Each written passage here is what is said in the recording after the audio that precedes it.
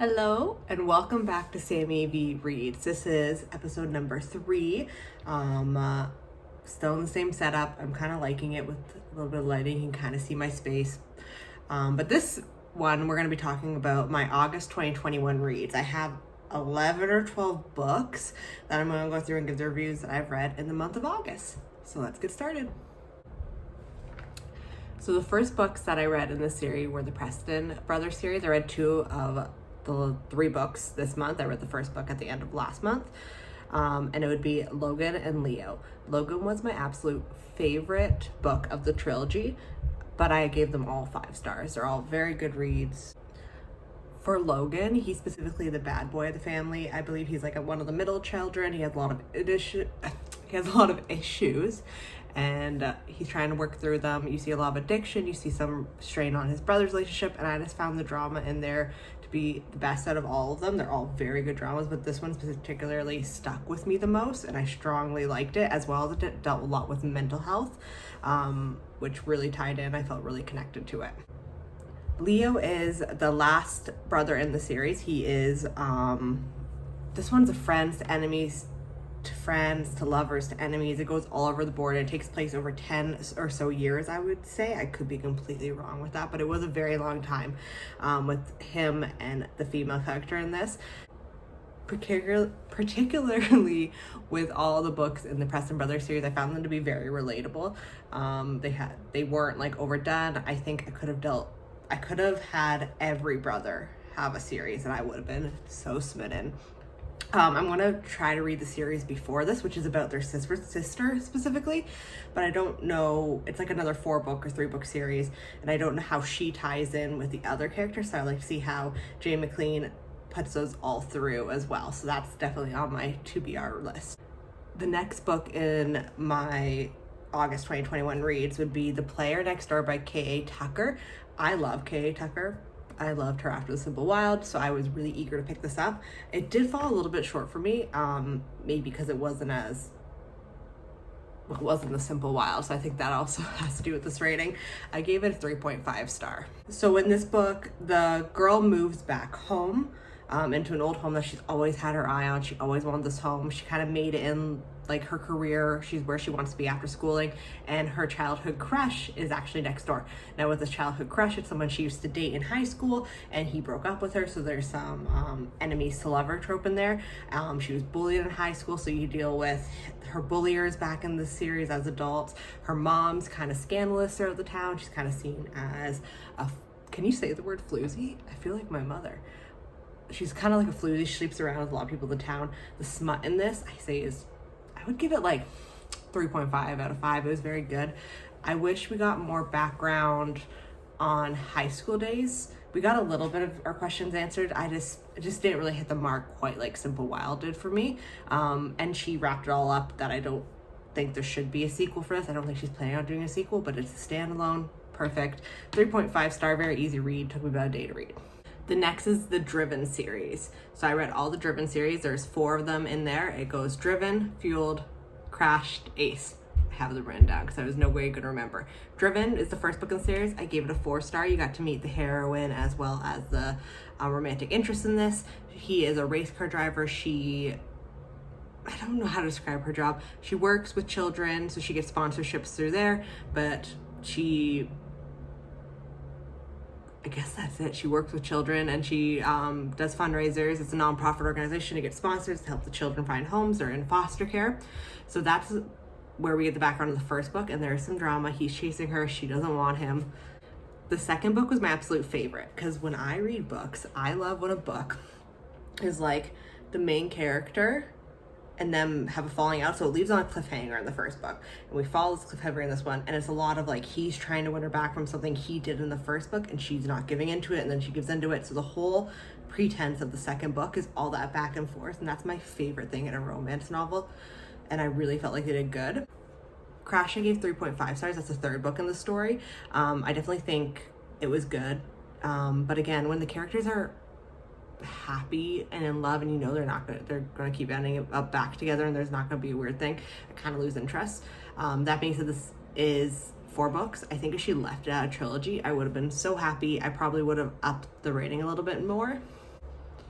The last book in the series is Ace, and I, unpopular opinion, did not think we needed this. They were happily married, they were together, there's still drama, but like it wasn't the same, and I definitely was bored halfway through. So for that, I gave it a 3-star rating, and I would have normally given it like a 2.5, but the rest of the books were just so good, and I did enjoy a wrap-up. I would have done this as a novella, to be honest, and if it was a novella, I probably wouldn't have read it, but it would have been a good way to wrap it up.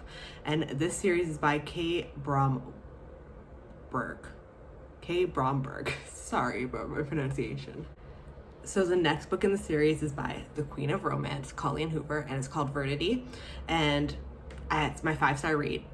I would say just go in blind, but when I tell you I was up until 4 a.m. reading this book, ruining my sleep schedule because it just had me hooked. It had a suspense, and I just wanted to read a Colleen Hoover because I wanted a romance that would make me cry. And this is such a good book. There's a huge romance aspect, but the book itself, like, don't read late at night. Don't be a me. Start in the morning, do a day Sunday read, start in Sunday, and you can finish it by the afternoon.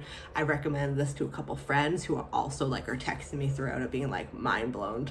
I definitely think it's a very suspenseful one. I think you don't have to love romance to like this one, but it's a very, very good read. And I wish I could tell you more, but you should just go in blind like I did. It's perfect. The next book is by Tracy and Lorraine. It's called Hate You, an Enemies to Lovers romance, and it's the first book in the Rebel Inc. series. When I gave a 3-star rating, it felt just a little bit short for me. It's a classic. A rich girl gets a job at a tattoo parlor. The twist is she knows the owner of the tattoo parlor as someone she went to school with, and he's all against the whole preppiness being in there. So he dislikes her from the start, thinking she's a preppy girl. He doesn't connect the dots that they know each other till later in the book, and that adds a whole bunch of drama into it. I felt like it was a short read. With him, he's a troubled like soul, and I feel like we didn't get the background of why he dislikes like the upper class so much, and I felt like there was some drama, but it got rushed through very fast and very forgiven on both sides, and he was like really mean to her at some parts, but like it just felt like she didn't care that he was mean. It just felt a little bit short from being a 4-star read for me. One of my favorite reads of this month, next to the Colleen Hoover one, would be Credence by Penelope Douglas. I listened to this on Audible, so it did take me a while to go through it. I believe it was like 10 or so hours. I listened on the way to work, but for this book, it is a reverse Harlem. It has that taboo age gap in it. Penelope Douglas is genius at making taboo seem really good. So it is a girl who's, I believe, 17 in the start of the book, turns 18 during it. Her parents commit suicide together. She gets passed off to her uncle, who lives in the middle of nowhere. She's a rich girl that lives in the city her whole life. Actually, she lives on the West Coast in California. She moves to the East Coast, live in the mountains with her uncle and 2 cousins. Now, it is reverse Harlem. They get kind of locked in the mountains for most of winter time. She's with all 3 men, 2 of them at the same time. So I wouldn't say it's a full reverse harem, or maybe that is what it is. I get confused on what the actual definition or what people would consider reverse harem. I really liked it. I liked who she ended up with. I liked the whole story. My only complaint is the middle child seemed more like a brother to me. I didn't get the same vibes I did from the father and the eldest boy, but I really liked it. This was actually my first review I posted on Goodreads, so I'll leave my link to my Goodreads down below so you guys can check out the review. I'm not the best at voicing, as you can see. I kind of am all over the place in my reviews. So if you guys can check that out, give it a like, I'd really appreciate it. Or give me your feedback. I know a lot of people have read Penelope Douglas books, and I really did enjoy her, and I want to read more of her books. I love a taboo romance. The last book that I read in August would be Shifter Wars, The Werewolf Den. Shifter Wars is done by KellySt.Clare.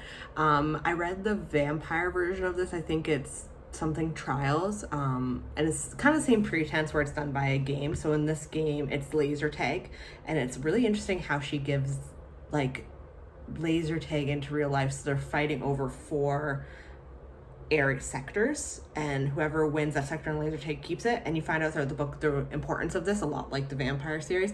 There is mates in this, but she does it so differently, where it's not like, with the regular. This is why sometimes I have a hard time with werewolves, is they fall in love instantly. Like, it's like a mate, that's it, happily ever after. But for this one, there is a mate and you know about it, but there's like different it's just done completely differently. I read the first book of the series, which is The Shifter Wars, and I gave it 4 stars. So it is August 29th when I'm filming this, and I am reading the second book in the Werewolf Den series, and I probably will finish it by the time it is. I really like it. Probably will be another 4-star read for me. I didn't love the vampire trial one. Didn't really hit me, but this one is really, like, I don't know if I'm connected with better. I understand her style of writing better. I like werewolves better, but it's really doing well. That is my August 2021 reads. I did go away with some friends for a weekend, so that's done some of my reading, but I'm very happy with the books I read. I found some really good 5-star reads. I almost forgot about because I read them at the beginning of the month, so I'd say my month started off at a high with a bunch of 5 stars, went low, and now towards the end I'm getting some good 4 or 5-star reads. Well, 4-star reads. I haven't got a 5-star since the beginning of the month, but I'm very happy with what I've read. I hope to continue September. I don't have too many big outings going. My next video will be some TBRs that I have listed for September. As always, I'm going to leave the links down for all the books I talked about below, so you guys can go on Amazon and buy them. I bought most of these off my Kindle, or I have an Audible account that I listen to books on, and I am very excited, and we'll see you guys next time.